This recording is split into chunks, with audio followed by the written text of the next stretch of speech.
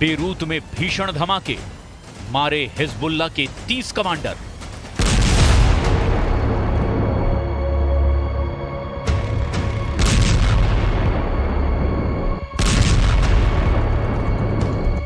Iran पर Israel हमला कब करेगा, इसका अंदाजा लगाना बहुत मुश्किल है, लेकिन इस वक्त दक्षिणी लेबनान में जिस तरह से हिजबुल्लाह के लड़ाकों पर इजरायली वायुसेना भीषण हमले कर रही है, उससे साफ हो चुका है कि इजराइल चाहता है कि जिस वक्त वो ईरान पर बड़ा हमला करे, उस वक्त हिजबुल्लाह की तरफ से इजराइल पर बड़े हमले ना हो पाएं, और इसीलिए इजरायली वायुसेना और पैदल सेना दक्षिणी लेबनान के गांवों से लेकर के शहरों पर जबरदस्त हमले कर रही है।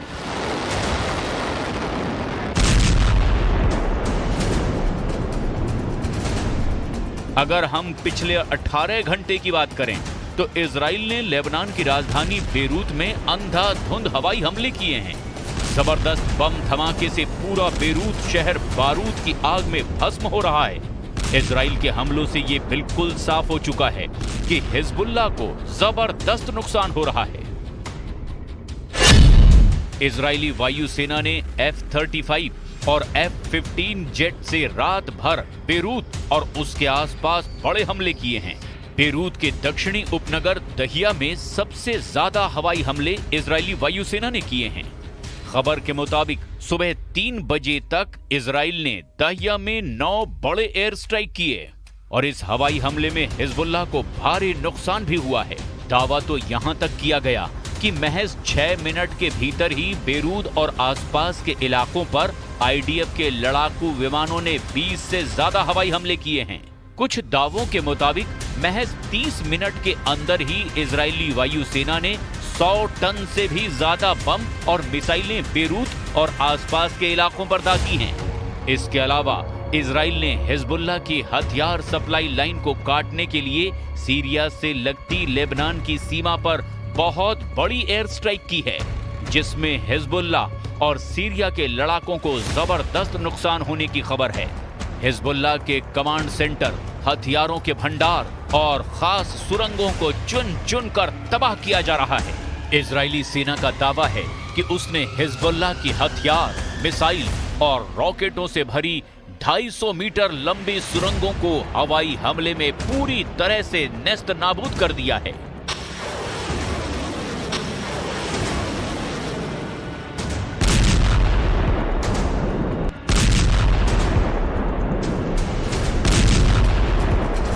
חיסול של נסראללה זה שלב חשוב מאוד, אבל זה לא הכל. אנחנו נפעיל את כל היכולות שיש לנו. ואם מישהו לא הבין בצד השני מה הכוונה כל היכולות, זה כל היכולות. ואתם חלק מהמאמץ הזה. המטרה שלנו זה להחזיר את תושבי הצפון לבתיהם. עבור החזרת תושבי הצפון לבתים שלהם, אנחנו נהיה מוכנים לעשות. इजरायली सेना का दावा है कि उसने लेबनान में हिजबुल्लाह को कमजोर करने के लिए जमीनी जंग बेहद तेज कर दी है। इस वक्त इजराइल की सेना के पैदल सैनिक, मार्कावा टैंक और बख्तरबंद लड़ाकू वाहनों के साथ दक्षिणी लेबनान में चुन चुन कर हिजबुल्लाह के अड्डों और ठिकानों पर हमले कर रहे हैं। दक्षिणी लेबनान से सटे उत्तरी इजराइल के शहरों और गांव पर हिजबुल्लाह के लड़ाके इन्हीं इलाकों में खौफनाक हमले कर रहे हैं। हिजबुल्लाह ने पहली बार एक वीडियो भी जारी किया है, जिसमें दावा किया गया कि कैसे हिजबुल्लाह के लड़ाके चुन चुन कर अब इजराइल के ग्राउंड फोर्सेस पर जानलेवा हमले कर रहे हैं। हिजबुल्लाह के इस वीडियो में जो दावे किए गए हैं वो वाकई हैरान करने वाले हैं। वीडियो में हिजबुल्लाह ने साउथ लेबनान के अल-अदीसा और मरान एल रास में भी 10 इजरायली सैनिकों को मारने का दावा किया है। हिजबुल्लाह का दावा है कि ये इजरायली सैनिक उस वक्त मारे गए जब इजरायली सैनिक लेबनान के अल-अदीसा और मरान एल रास में हिजबुल्लाह के लड़ाकों पर हमला कर रहे थे। हिजबुल्लाह ने दावा ये भी किया कि उसने आईडीएफ पर हमला करके इजराइल के 76 सैनिकों को घायल कर दिया है, जिसकी वजह से इजराइल जमीनी हमले रोकने के लिए मजबूर हुआ है। खबर ये भी है कि लेबनान के अल-अदीसा में हिजबुल्लाह ने इजराइल पर 2 सरफेस टू सरफेस मिसाइलें दागी है। जिसे इजराइल के एयर डिफेंस ने तबाह कर दिया है। हिजबुल्लाह के हमलों से इजराइल के मेनाशे, कारमेल और हामी फ्रात्स इलाकों में मिसाइल की वजह से लगातार सायरन बजने की खबरें भी आ रही है। יש לשלוח תנחומים מעומק ליבי למשפחות גיבורינו שנפלו היום בלבנון. השם ייקום דמם, יהי זכרם ברוך. אנחנו בעיצומה של מלחמה קשה נגד ציר הרשע של איראן שמבקש להשמיד אותנו. זה לא יקרה, כי נעמוד יחד ובעזרת השם ננצח יחד. נחזיר את חטופינו בדרום, נחזיר את תושבינו בצפון, נבטיח את נצח ישראל.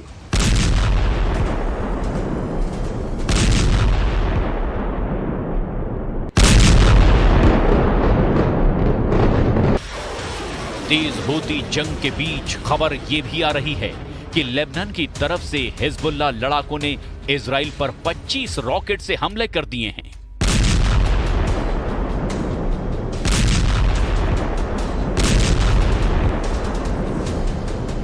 टाइम्स ऑफ इजराइल के मुताबिक इजराइल के गैलीली में सायरन की आवाजें सुनाई दे रही है।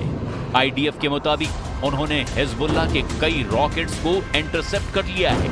5 अक्टूबर से अब तक हिजबुल्लाह की ओर से इजराइल पर 110 रॉकेट से हमला किया जा चुका है।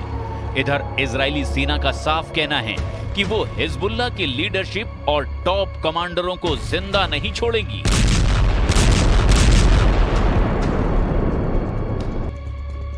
हम आपको ये भी बता दें कि इजराइल के प्रधानमंत्री नेतन्याहू ने यह भी दावा किया है कि इस वक्त इजराइल अपने दुश्मनों के साथ 7 फ्रंट पर जंग कर रहा है।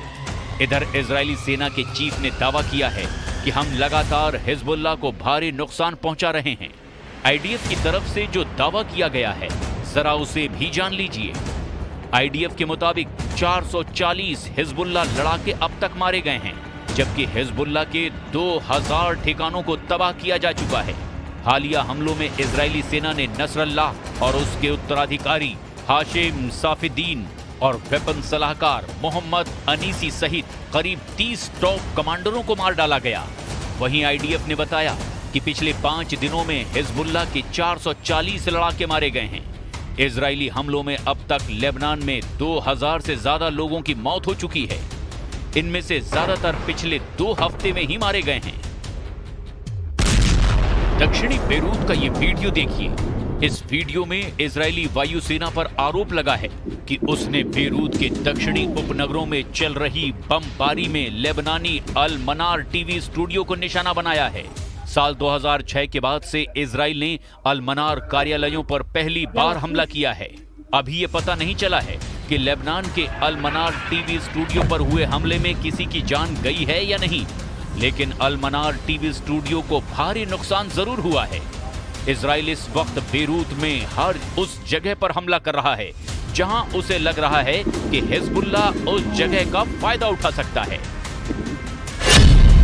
बेरूत में भगदड़, हवाई हमले पर हाहाकार।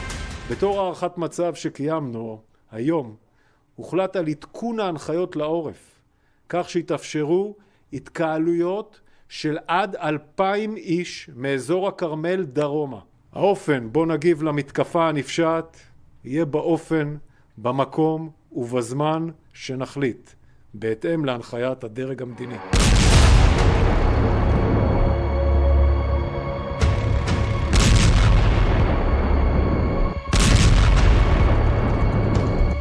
इजराइल ने पहली बार लेबनान के उत्तरी इलाके पर भी हवाई हमला शुरू कर दिया है। इजरायली सेना ने रात त्रिपोली के बेदावी इलाके में फिलिस्तीनी शरणार्थी कैंप के पास इमारत को निशाना बनाया है। इस हमले में हमास के मिलिट्री विंग अल कासिम के नेता सईद अतल्लाह अली की मौत हो गई है। उसके परिवार के 3 और लोग भी मारे गए हैं। अमेरिकी मीडिया के मुताबिक 17 सितंबर के बाद से लेबनान से 3 लाख लोग सीरिया भाग गए हैं। वहीं लेबनान सरकार ने बताया कि साल भर में 12 लाख से ज्यादा लोगों ने लेबनान छोड़ दिया है। इस बीच इजराइल के हवाई हमले में लेबनान को सीरिया से जोड़ने वाला हाईवे टूट चुका है। इजराइल ने बेरूत एयरपोर्ट से सिर्फ 1 किलोमीटर दूर पर भयंकर एयर स्ट्राइक की है, जिसकी वजह से विदेशी नागरिकों के होश उड़ने शुरू हो गए हैं। जर्मनी अपने नागरिकों को तेजी से निकाल रहा है। ऑस्ट्रेलिया ने रात भर में लेबनान से अपने 407 नागरिकों को बाहर निकाल लिया है। अमेरिका, चीन, फ्रांस और ब्रिटेन भी अपने काफी नागरिकों को हवाई जहाजों से सुरक्षित स्थानों पर पहुंचा रहे हैं। कुल मिलाकर बेरूत उस बारूदी जंग में बुरी तरह से जल रहा है, जहां अब कोई भी सुरक्षित नजर नहीं आ रहा।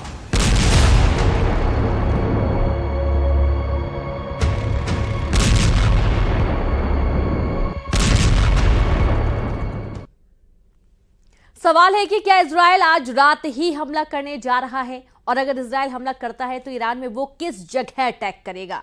नेतन्याहू के दिमाग में क्या चल रहा है, इसे जानने के लिए पूरा ईरान ही नहीं पूरी दुनिया बेचैन है। इसलिए ये ऐसे युद्ध की चिंगारी है जो पूरी दुनिया को जला सकती है। ये बात पुतिन भी जानते हैं और बाइडेन भी। इस युद्ध के शुरू होने से पहले कई एक्टर शामिल हो चुके हैं। एक तरफ ईरान बनाम इजराइल है, तो दूसरी तरफ बाकी एक्टर्स में अमेरिका है, रूस है, सऊदी अरब है, लेबनान है, इराक है, सीरिया है, यमन है। तुर्की भी इस युद्ध से अछूता नहीं रहेगा। अजरबैजान, आर्मीनिया भी इस युद्ध में खिंचे चले आएंगे। युद्ध शुरू हुआ तो नेटो को भी एक्शन में आना पड़ेगा, और चीन को कौन नजरअंदाज कर सकता है। लेकिन युद्ध को काबू करने के बजाय इस वक्त ईरान और इजराइल में ऐसी मीटिंग हो रही है जो सिर्फ और सिर्फ युद्ध को और तेज करेगी। पेंटागन से लेकर इजराइल के वॉर रूम तक घंटों मीटिंग हुई है और अब भी चल रही है। तेहरान को जवाब देने के लिए क्या अमेरिका भी इतने ही प्रेशर में है जितना इजराइल है, ये बड़ा सवाल है। तो चलिए इसका जवाब भी आपको दिखा देते हैं। एक तरफ नेतन्याहू बम गिराने वाले हैं और दूसरी तरफ बाइडेन बारात में जा रहे हैं।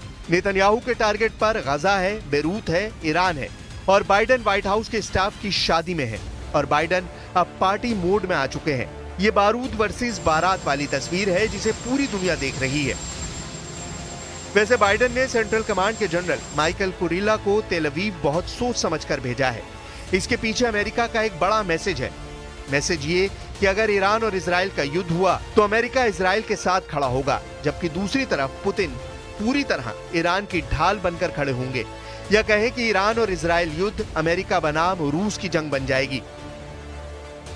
खबर यह भी है कि ईरान को रूस से S-400 एयर डिफेंस सिस्टम मिल चुके हैं। सवाल है कि क्या ये खास इजराइल को रोकने के लिए सप्लाई किए गए हैं। रूस की तरह ईरान भी दुनिया में एक मल्टीपोलर यानी बहुध्रुवीय सिस्टम चाहता है, यानी अमेरिका की दादागिरी नहीं चलेगी। ये रूस और ईरान दोनों बताना चाहते हैं। तेहरान में हमास प्रमुख इस्माइल हानिया और लेबनान में हिजबुल्लाह चीफ हसन नसरुल्लाह की हत्या के बाद पुतिन ने अपने सबसे शीर्ष प्रतिनिधि ईरान भेज चुके हैं। ये नेतन्याहू को भी बड़ा पैगाम है और बाइडेन को भी बहुत खतरनाक मैसेज है। इजराइल अब कैसे वार करेगा और ईरान फिर कैसे जवाब देगा, इस दशक में दुनिया के लिए सबसे खतरनाक वक्त आ चुका है। 2022 रूस ने यूक्रेन पर हमला करके पूरे यूरोप को डरा दिया, अमेरिका तक घबरा गया। 2023 हमास ने इजराइल पर हमला करके पश्चिम एशिया का सबसे खतरनाक युद्ध छेड़ दिया। लेकिन 2024 सवाल है कि क्या ईरान और इजराइल का युद्ध हुआ तो वर्ल्ड वॉर शुरू हो जाएगी। यानी 2022 में तो दुनिया वर्ल्ड वॉर से बच गई, 2023 में भी गजा युद्ध के बाद विश्व युद्ध नहीं हुआ। ऐसे में क्या 2024 सभी जंगों का बॉइलिंग पॉइंट बनेगा और ईरान इजराइल युद्ध के साथ विश्व युद्ध भी शुरू हो जाएगा।